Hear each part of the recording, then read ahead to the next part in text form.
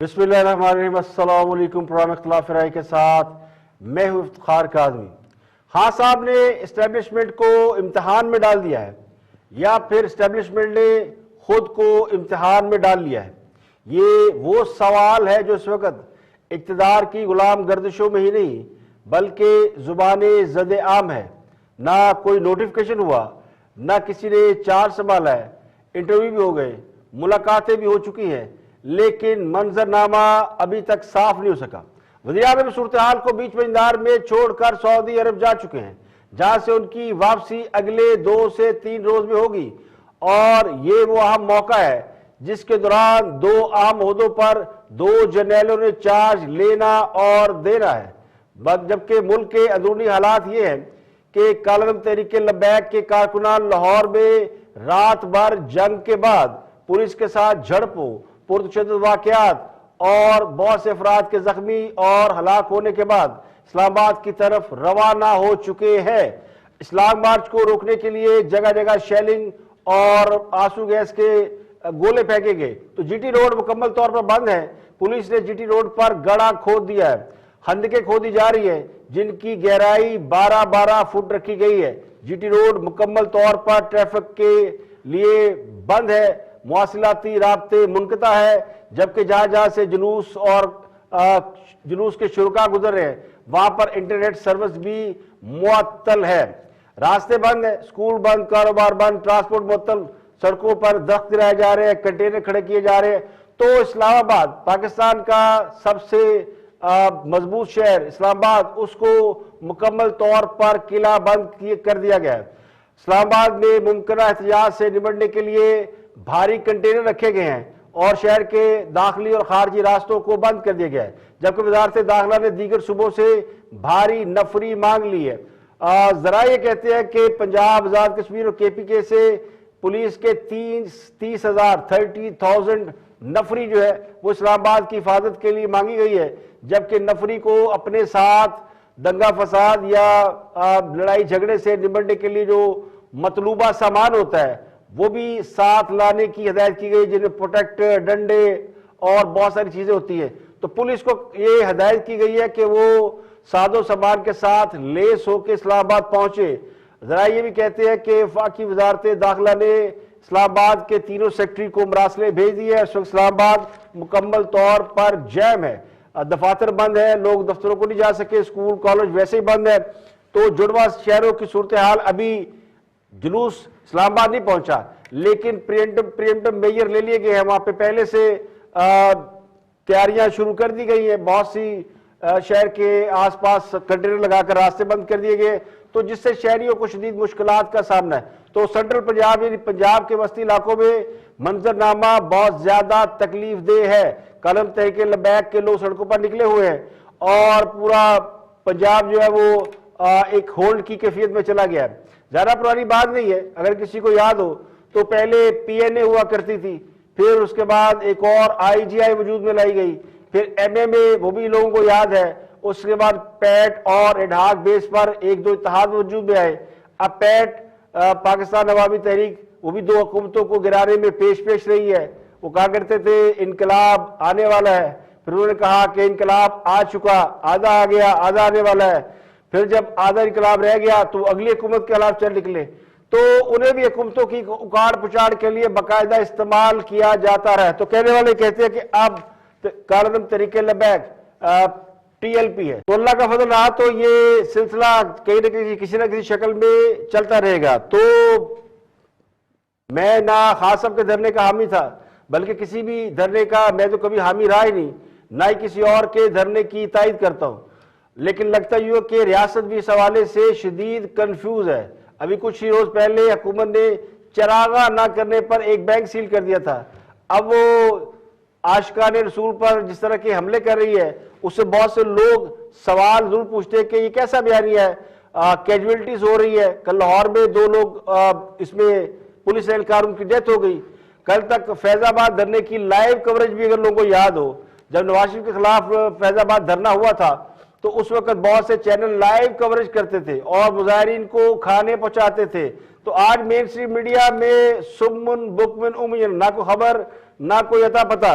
लेकिन ये बात तय है कि सड़कों के ऊपर कानूनी तरीके लबैक और लॉ एनफोर्समेंट एजेंसी आमने सामने है, और बहुत से पुलिस एहलकार अगर किसी हजूम में फंस जाते हैं तो उनके ऊपर तशद्दुद भी होता है, और जहां पुलिस को मौका मिलता है वो भी पिटाई कर देती है। इसके अलावा अपोजिशन सड़कों पर है, अपोजिशन महंगाई के खिलाफ कल से सड़कों पर निकली हुई है, और आज सियालकोट, गुजरांवाला और बड़े शहरों में जंग में एहतजाजी मुजाहरे हुए। कल 12 शहरों में उन्होंने एहतजाज करना है, तो इसकी भी खबर आपको देंगे। लेकिन उससे भी बड़ी खबर एक ऐसी आई है जिसने पूरे पाकिस्तान में एक बार फिर तशवीश की लहर दौड़ गई है, और वो खबर ये कि अफगानिस्तान में इंटेलिजेंस और मिलिट्री ऑपरेशन के लिए पाकिस्तान की फजाई हदूद इस्तेमाल करने का दावा किया अमेरिका ने। अमेरिकी मीडिया ने यह रिपोर्ट किया है कि सदर जो बाइडेन ने कांग्रेस और सेनेट को यह बताया है कि पाकिस्तान के साथ अमेरिका का माहिदा हो रहा है कि वो पाकिस्तान की फजाई हदूद इस्तेमाल करेंगे, और ये माहिदा जल्द ही तय पाया जाएगा। अगर किसी को याद हो तो चंद ही हफ्ते पहले खान साहब ने एक नारा लगाया था कि एब्सोल्युटली नॉट, और खान साहब लोगों को बुला बुला के इंटरव्यू दे रहे थे। उससे पूछा जा रहा था कि अगर अमेरिका आपसे अड्डे मांगेगा तो आपका रद्देमल क्या होगा, तो खान साहब ने कहा था एब्सोल्युटली नॉट। लेकिन लगता यूं है कि एक बार फिर हुकूमत यू टर्न लेने जा रही है। यह दावा किसी और ने, एक मोतबर अमेरिकी नेटवर्क CNN ने किया है।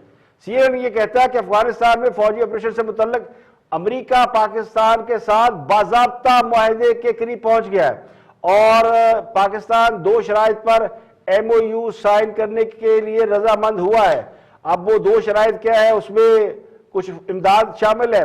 तो इस मुआहदे से अफगानिस्तान में फौजी ऑपरेशन के लिए अमेरिका पाकिस्तान की एयर स्पेस को इस्तेमाल कर सकेगा। यह खबर अखबारात में भी छपी है और भी जगहों पे है। तो बाइडेन इंतजामिया ने ब्रीफिंग में यह बताया, वहां के जो कांग्रेसमैन है और जो कानूनदान है उनको बताया कि अभी मुआहदे की कंडीशन, टर्म्स एंड कंडीशन तय नहीं पाई, लेकिन इसमें हम काफी आगे निकल चुके हैं, और जल्द इस बात का इम्कान है कि पाकिस्तान के साथ इसका मुआहदा हो जाएगा।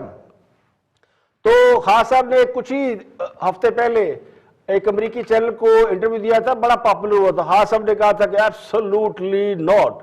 वो एक जुमला जो कि लोगों के दिलों में वो कहते हैं ना, लोगों को घायल कर गया।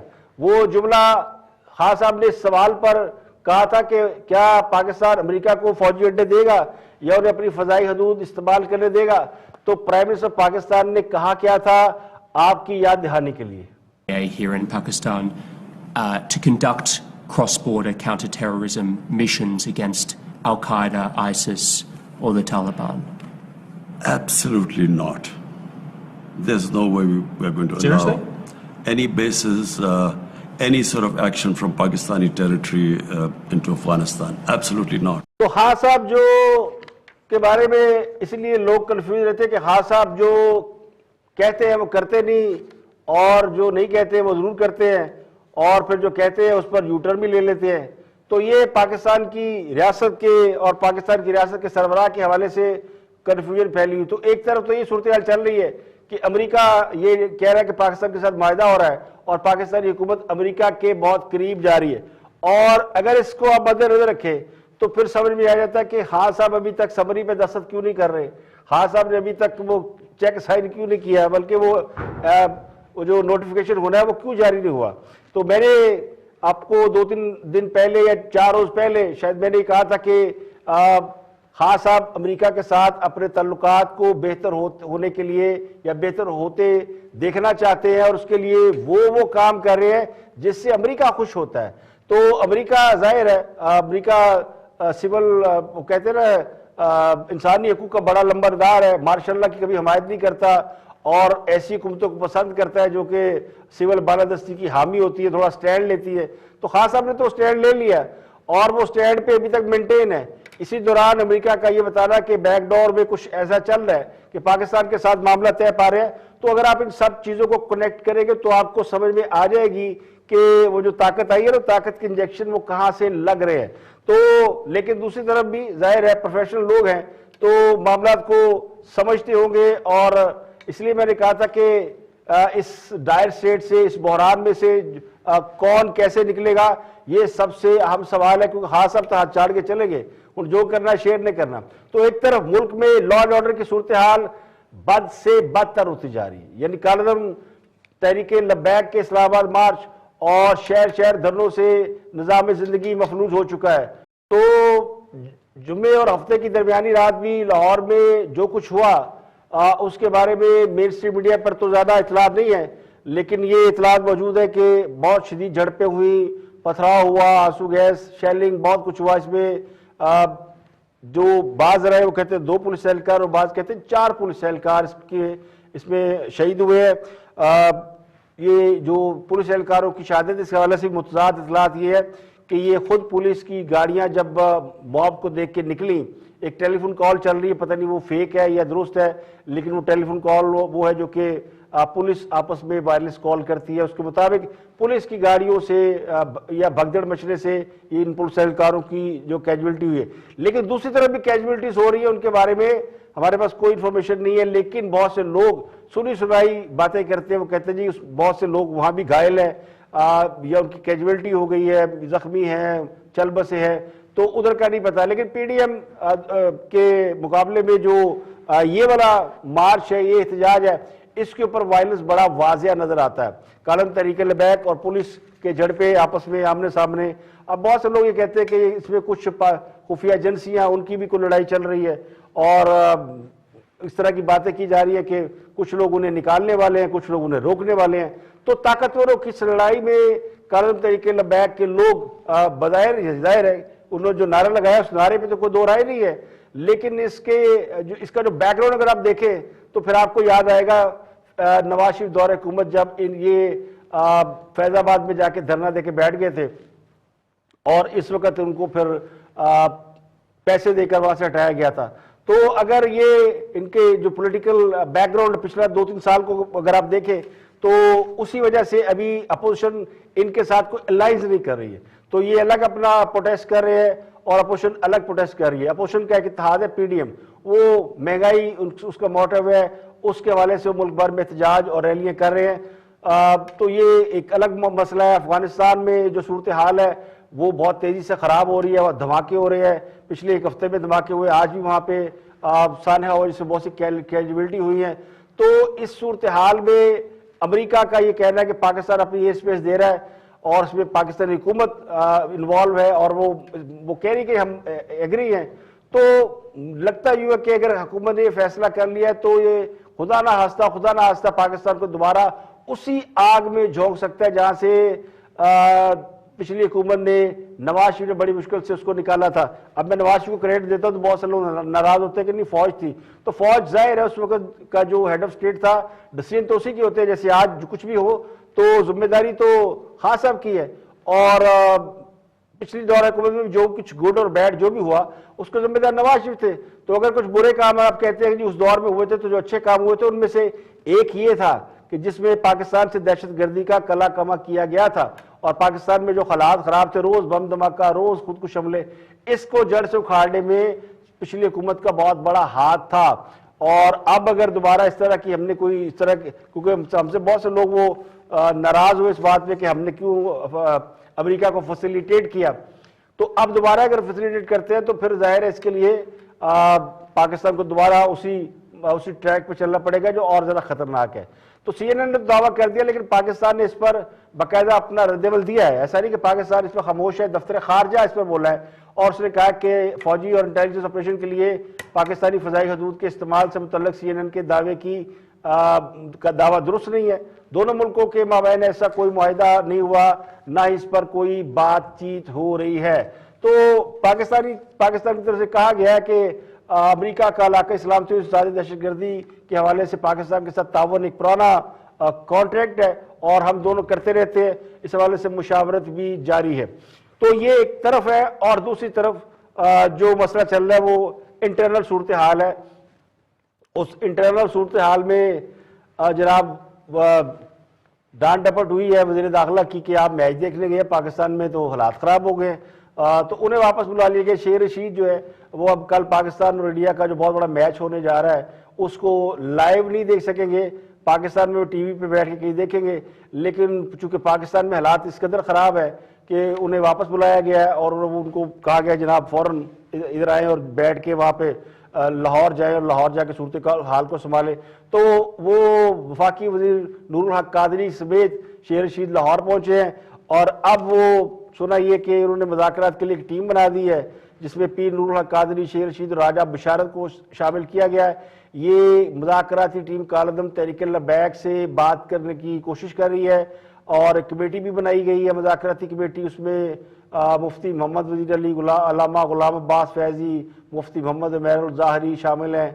तो एक कमेटी भी मुज़ाकरात करेगी, जबकि दो वज़ीर शेर रशीद और नूरुल हक कादरी ये दोनों जा रहे हैं जेल में मुलाकात करने हाफिज साद रिजवी से। तहरीक लबैक के सरबराह हाफिज साद रिजवी से जेल में उनसे मुज़ाकरात किए जाएंगे। लाहौर में इजलास हुआ, इसमें फैसले किए गए बैठ के कि जनाब जाके पैर फाड़ लो, शेख साहब ने अपना हाफिज साद रिजवी से जाएंगे, उनसे बात करें, उनकी को वीडियो जारी कराएं और वो कहें जनाब कि कोई एहतजाज की जरूरत नहीं है, हमारा मुआहदा हो गया।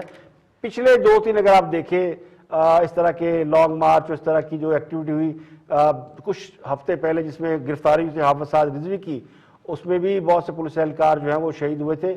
उस वक्त भी मुज़ाकरात के बाद एक डेडलाइन, एक डेट मुकर्रर कर दी गई थी। अब वो डेट गुजर गई है तो उस पर फिर ये सब हुआ और पिछले चंद दिनों में कई दफ़ा रिहा किया गया हाफिज साद रिजवी को।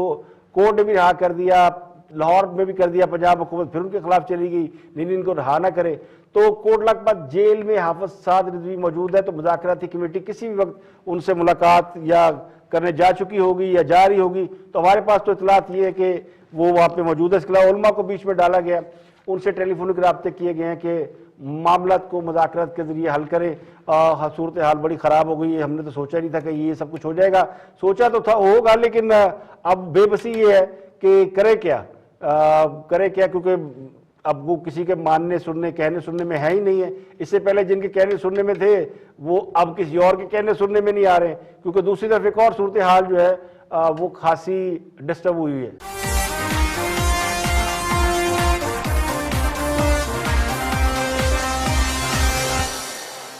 तो कहने वाले कहते हैं कि तहरीक लबैक का एहतजाज और उसके अलावा जो बड़ी बड़ी तकर्रियों पर वो जो एक टसल चल रही है और एक कोल्ड शोल्डर एक दूसरे को दिया जा रहा है, ये दोनों का कहीं ना कहीं आपस में कनेक्शन हो सकता है। मुझे वैसे नहीं यकीन, लेकिन बहुत से लोग कहते हैं कि जनाब ये इंटरलिंक है और ये मामला बहुत आगे तक जाएगा।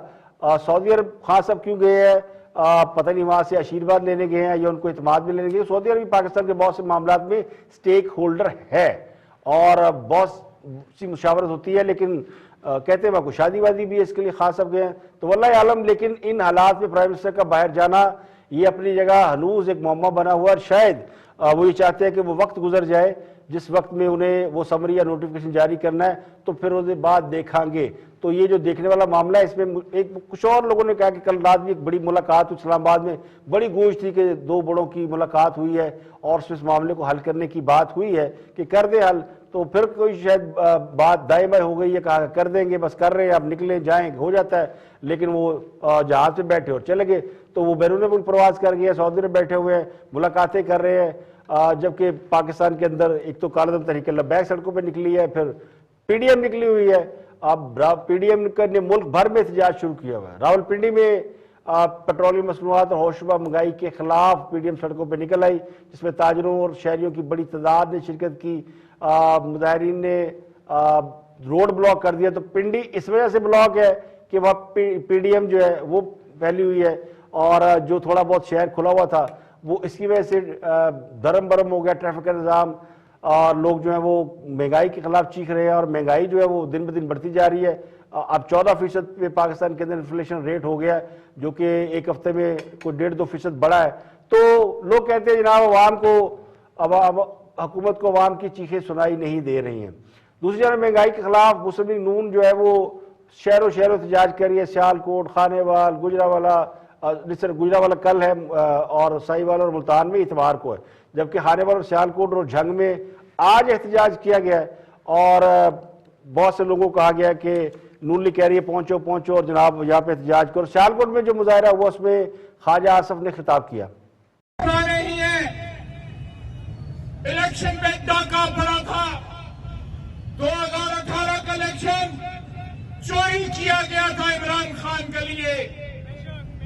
इमरान न्याजी जो है वो हमारा जायज हुक्मरान नहीं है, ये नाजायज हुक्मरान है। जब अवाम के ऊपर नाजायज अवाम के ऊपर नाजायज हुक्मरान मुसल्लत हो तो उस जमीन से अल्लाह ताला की बरकतें और रहमतें उठ जाती हैं। पाकिस्तान के अवाम, अब वक्त आ गया है कि आप इस हुकूमत, इस नाजायज हुकूमत को जिसको पाकिस्तान की आवाम पे मुसल्लत किया गया, रात के अंधेरे में आरपीएस बंद करके आपके वोटों पे डाका डाला गया, वोट की इज्जत लूटी गई, वोट की हुर्मत पामाल की गई। हम सिर्फ और सिर्फ एक मुतालबा करते हैं, महंगाई का हल भी उसमें है, अवाम की मुश्किलों का हल भी उसमें है कि पाकिस्तान के अवाम को शफाफ और बगैर मुदाखलत के इलेक्शन दे दो।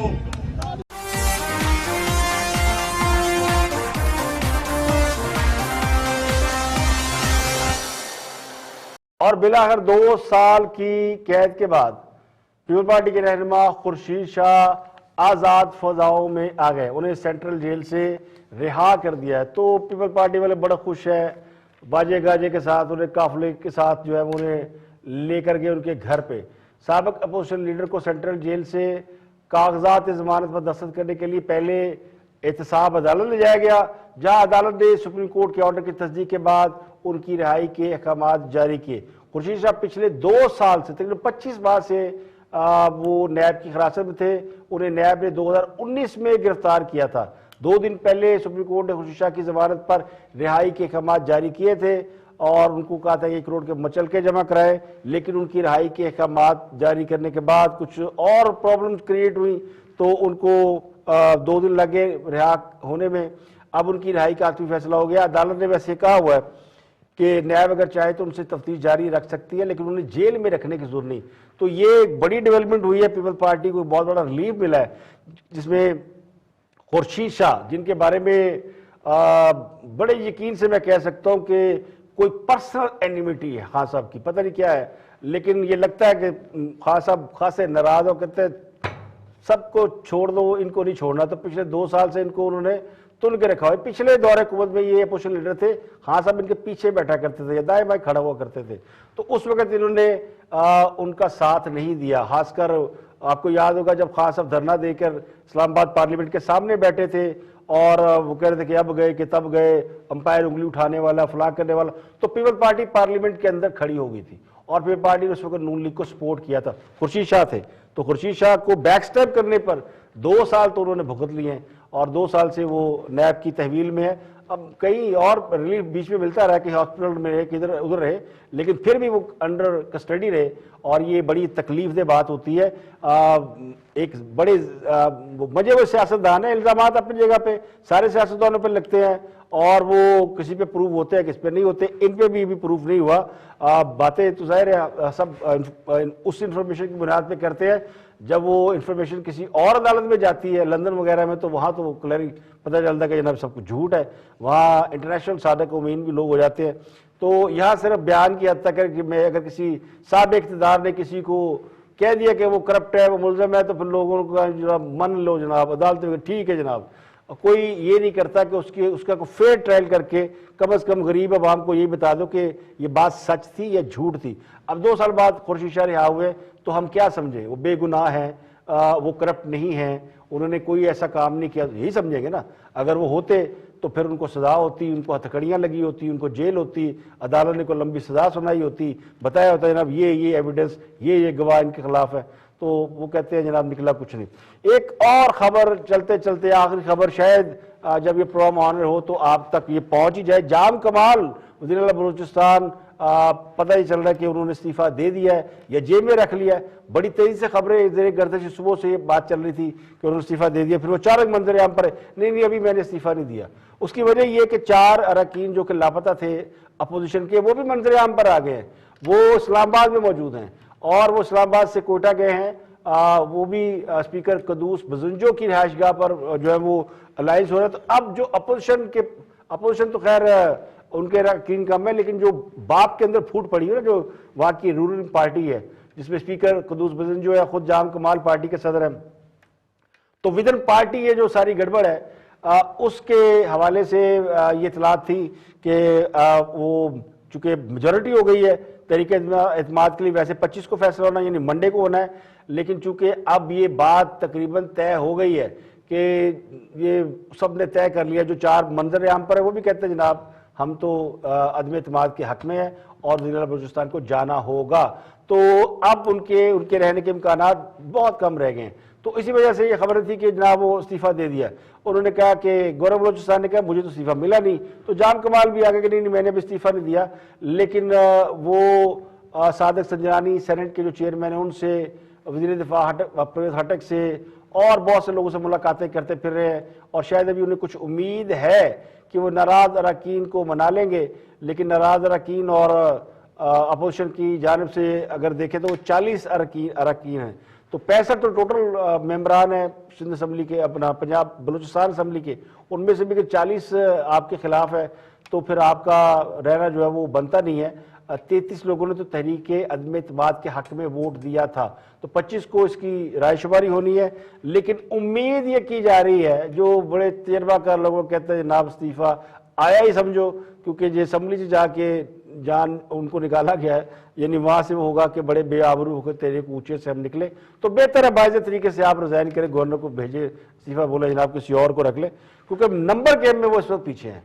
अब अगर कोई और मोजा हो जाए, करिश्मा हो जाए, डंडा चल जाए, किसी के दिल में रहम आ जाए, वो लोग कहीं एक्टिव हो जाए जिन्होंने उनको ये पार्टी बनाई थी, बाप जिन्होंने नवाज शरीफ की यानी मुस्लिम लीग नून की बलूचिस्तान में हुकूमत गिराई थी, फाउंडर लोग जो फाउंडर्स हैं वो कहीं एक्टिव हो जाए, जो वो कहीं एक्टिव नहीं है, वो तो कहते हैं जनाब जान छुड़ाओ, केड़े वो हमने मुसीबत डाल ली है, किन लोगों को हमने हुकूमतें दे दी हैं, जेड़ा पन्नो लाल है, जेड़ा पन्नो लाल है, जो हाल बलूचिस्तान का जो फेडरल गवर्नमेंट का है, आप देख लें कि हर तरफ से जान छुड़ाने की कोशिश की जा रही है, और अब तकरीबन हाथ जुड़ चुके हैं कि इन सब से जान छुड़ाई जाए, लेकिन कैसे?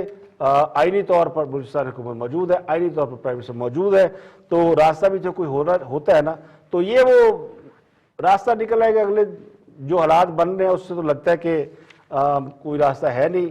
अब अगर कोई इंटरनेशनल स्टैब्लिशमेंट से खान साहब की कोई डील हो रही है जो कि बज़ाहिर लग रही है, अमेरिका जब इन हो रहा है और सऊदी अरब से मुलाकातें हो रही हैं, ये 2 बड़े प्लेयर हैं, जब इंटरनेशनल स्टैब्लिशमेंट से आपकी डील होती है तो फिर आप इन हो जाते हैं, बड़े चांसेस होते हैं, और जब इंटरनेशनल स्टैब्लिशमेंट आपसे नाराज होती है तो फिर आपको औकामे की बुनियाद पर भी निकाल बाहर किया जाता है। तो ये पाकिस्तान की सियासत का सबसे बदतरीन वो कहते हैं ना ट्रेजेडी है, बुरी तरीन ट्रेजेडी है। तो आज के लिए इतना ही, कल फिर हाजिर होंगे मजीद खबरों तफसील तजज़ियों के साथ। प्रोग्राम इख्तिलाफ राय से इफ्तिखार काज़मी को इजाज़त दे, आपसे मुलाकात होगी कल। अपने गिरदोनवा के लोगों का बहुत ख्याल रखिएगा।